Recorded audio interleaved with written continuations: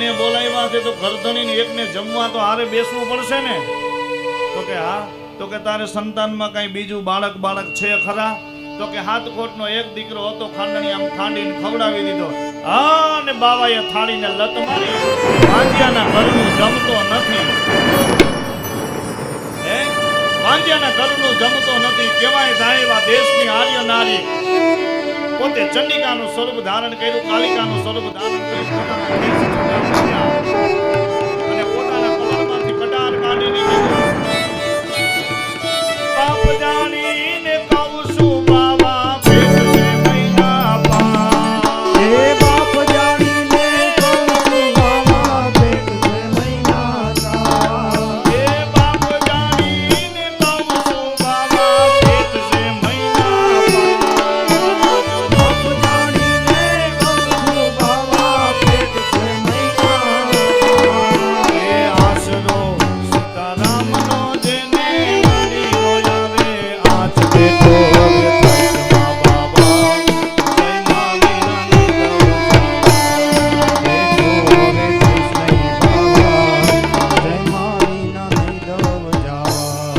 બેઠો હવે થઈશમાં બાવા. બેઠો હવે થઈશમાં બાબા જય મા વીરાની બેઠો હવે નાથીશ બાવા.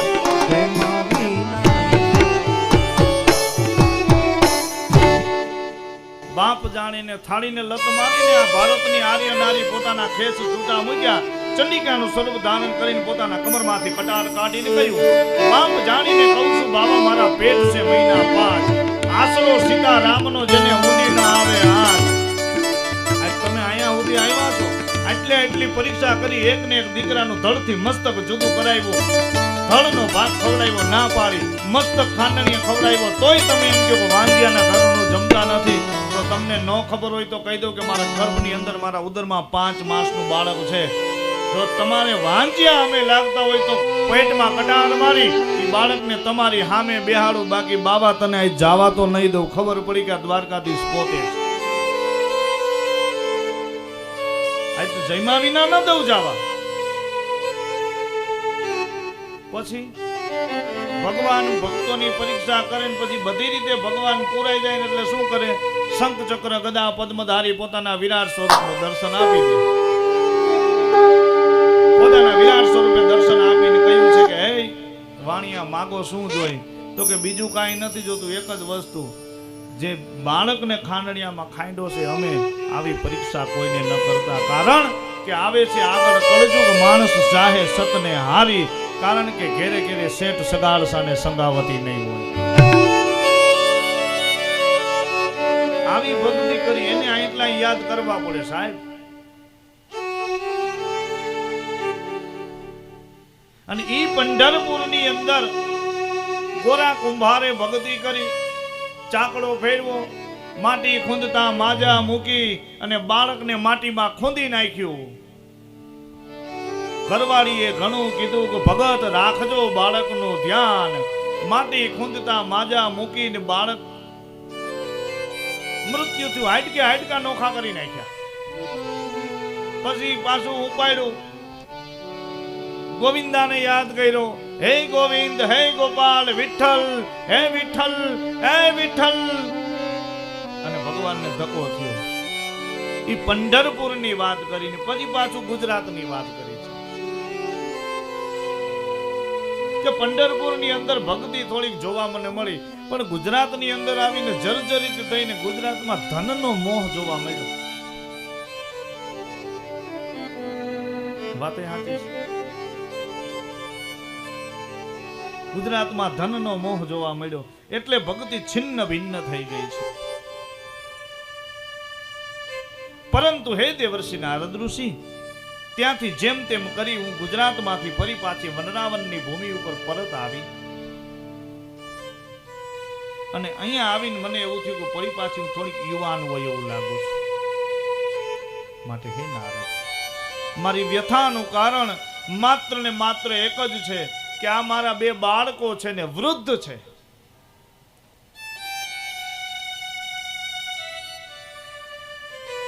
હવે આપણને કેમ માન્યું આવે કે એની જનેતા યુવાન છે ને એના બંને બાળકો વૃદ્ધ છે.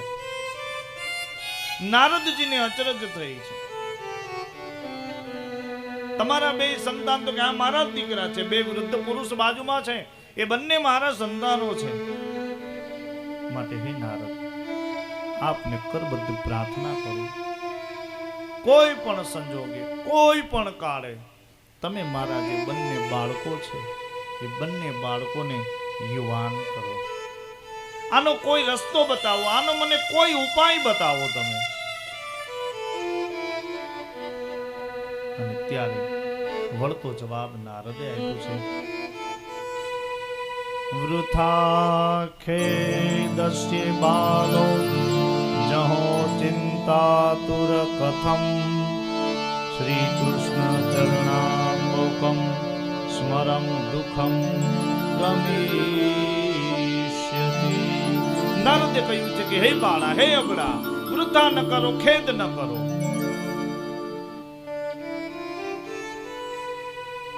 એક કામ કરો, શ્રી કૃષ્ણના ચરણ કમળનું સ્મરણ કરે એટલે તારું દુઃખ અવશ્ય દૂર થશે. હે ભક્તિ, તું તો ભગવાનને પ્રાણથી પણ પ્રિય છો, અને તારા બોલવાથી ભગવાન વિધર્મીના ઘેરે પણ જાય છે. માટે હે ભક્તિ, તો વૃથા ન કર, ખેદ ન કર. અને સત્યાદિ 3 યુગની અંદર જ્ઞાન અને વૈરાગ્ય જ મોક્ષને આપનાર, અને જ્યારે કળિયુગની અંદર માત્ર ને માત્ર ભક્તિ જ મુક્તિ આપે છે.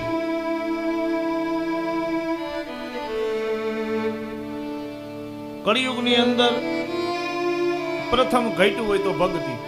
મેં સવારથી બપોરના સત્રની અંદર ધર્મની વાત કરી, એનો જ વાત આવીને પાછી અહીંયા ઊભી રહે. ઘટે છે આપણામાં કંઈક, અને કદાચ જો ઘટતું ન હોય તો આપણે જે કરીશું એના ઉપર આપણને વિશ્વાસ નથી, શ્રદ્ધા નથી, તો જ આવું કંઈક બને.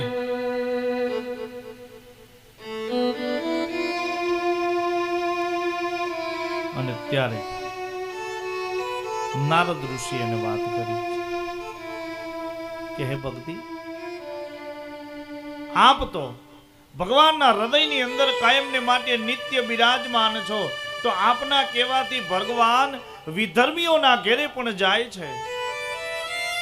કે જ્યાં હરિનો કોઈ વાસ નથી એ જગ્યાએ જો તમે લઈ જાઓ તો જાય છે. ભલે કદાચ એમાં એનો સ્વાર્થ હોય વિધર્મીનો.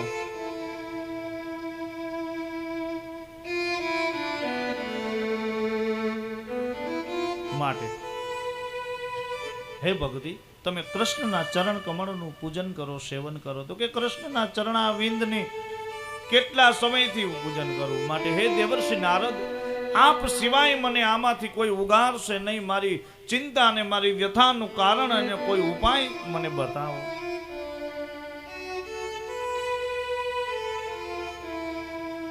ભક્તિ દેવી પર દયા આવતા નારદ ઋષિએ બે વૃદ્ધ બાળકો છે ને જગાડવાનો પ્રયાસ કર્યો છે. જગાડ્યા,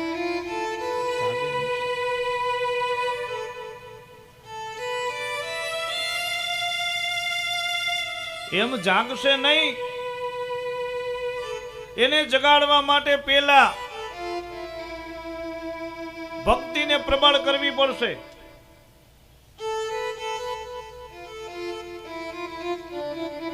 નારદ ચિંતામાં મુકાણા છે, અને એ જ સમય સંદર્ભે આકાશમાંથી આકાશવાણી થઈ. શીલથી શોભતા મહાત્માઓ તેના સત્કર્મો બતાવે, સત્કર્મો પ્રભાવમાંથી ક્ષણવારની અંદર નિદ્રા સહિત વૃદ્ધાવસ્થામાં ચાલી રહે અને ભક્તિનો પ્રસાર થશે. અધૂરી આકાશવાણી થઈ, નારદ મૂંઝાણા. આકાશવાણી થઈ પણ અધૂરી થઈ. કે તમે એમ કહો છો કે આ જાગશે, તો કે આને જગાડવા માટે મારે એવા કેવા મહાત્માઓને ગોતવાના. ને નારદ આવી ગુડ આકાશવાણી ઉપર વિચાર કરતા કરતા મહાત્માઓની શોધ માટે નીકળી પડ્યા છે. નારદજીએ બધાને પૂછ્યું કે જ્ઞાન વૈરાગ્ય સાથે ભક્તિને જાગૃત કરવા માટે કોઈ ઉપાય આપની પાસે કોઈ ઉપાય, પરંતુ કોઈ એનો ઉપાય બતાવી શક્યા નહીં. નારદ પોતે પણ એ ઉપાય જાણી ન શક્યા. આમ ચિંતાતુર થયેલા નારદ બદ્રિકાશ્રમની અંદર આવ્યા અને સત્કર્મ માટે હું હવે અહીંયા તપ કરી જ લઉં એવું મનમાં નક્કી કર્યું અને એવો નિર્ણય કર્યો અને બદ્રિકાશ્રમમાં એને કરોડો સૂર્ય સમાન તેજસ્વી જેનું નામ છે સનત કુમારોના ભેટા થયા છે. નારદજી એમને જોઈને બોલ્યા છે કે હે કુમારો, આપ ભાગ્યશાળી છો કે મારા એવા મહાભાગ્ય છે કે આપની સાથે મારો આજે સમાગમ થયો તો તમે મારા પર કૃપા કરો, મારો એક પ્રશ્નનું નિવારણ તમે કરી બતાવો. તો કે આપને મનનો પ્રશ્ન શું છે આપ જણાવો. અને ત્યારે નારદ ઋષિ એને જણાવે છે, કહે છે કે હે સનત કુમારો સાંભળો, ભક્તિ યુવાન છે અને એના દીકરા બંને વૃદ્ધ છે. દીકરાઓને યુવાન કરવા માટે કોઈ ઉપાય બતાવો. સનત કુમારે કહ્યું છે કે હે દેવર્ષિ નારદ, આપ ચિંતા ન કરો, આનો ઉપાય તો મારી પાસે પહેલેથી તૈયાર છે, પણ તમે અહીંયા પહોંચવામાં બહુ વાર લગાડી દીધી છે. આપણા નામનું બધે લખાઈ જ ગયું હોય સાહેબ, પણ પહોંચવામાં વાર લાગે છે. હું અહીંથી છે ને લગભગ વર્ષમાં 500 વાર નીકળતો હોઈશ. આ રસ્તેથી 500 વાર નીકળતો હોય સાહેબ, પણ જ્યાં સુધી મારો યોગ્ય સમય ન પાકે ને ત્યાં સુધી આ ગૌશાળા મને ન બોલાવે એટલો મને વિશ્વાસ છે. મારો યોગ્ય સમય પાકે ને ત્યારે જ મારે અહીંયા આવવાનું થાય, નહીતર કોઈ દિવસ નહીં આવ્યો. અને આની સેવા સમિતિ આયરે તો મારે બહુ વર્ષોથી જૂનો નાતો છે. એ તો બધાને હવે અંદરો અંદર ઓળખાણ નીકળી ખબર પડી કે બાપુને આપણે ગોતતા હતા નવા નીકળ્યા જૂના. ચા ઉનો ને બાપુ આપણો જૂનો.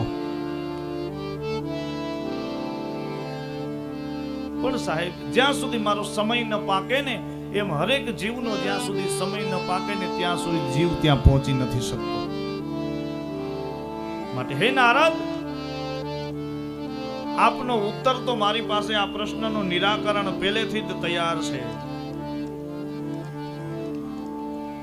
જગતની અંદર ઋષિઓએ અનેક માર્ગો પ્રગટ કર્યા, પરંતુ તે બધા આ શ્રમ વાળા હોય અને બધા એને સ્વર્ગનું ફળ આપનારા છે. બધાને સ્વર્ગ જ જોઈશ, બધાને સ્વર્ગ અને અમૃત, બસ બે જ વસ્તુ, ત્રીજું નહીં. આપણી વાત નથી હો, આપણે પૈસા જોઈશે. જે સમયમાં જે હાલતું હોય મગાય. બાપુ હમણાં સંક્રાંત આવશે તો આપણે એ ગોળની ડાળિયાની ચીકી ખવાય. તઈ એમ ન કહેવાય કે ભાઈ અત્યારે ગાંઠિયા બનાવો, સાતમ આઠમના જે ખોરાક હોય અત્યારે ન મગાય. જે સમયને જે આવતું હોય ને ત્યારે એ વસ્તુ મંગાય તો સારું લાગે.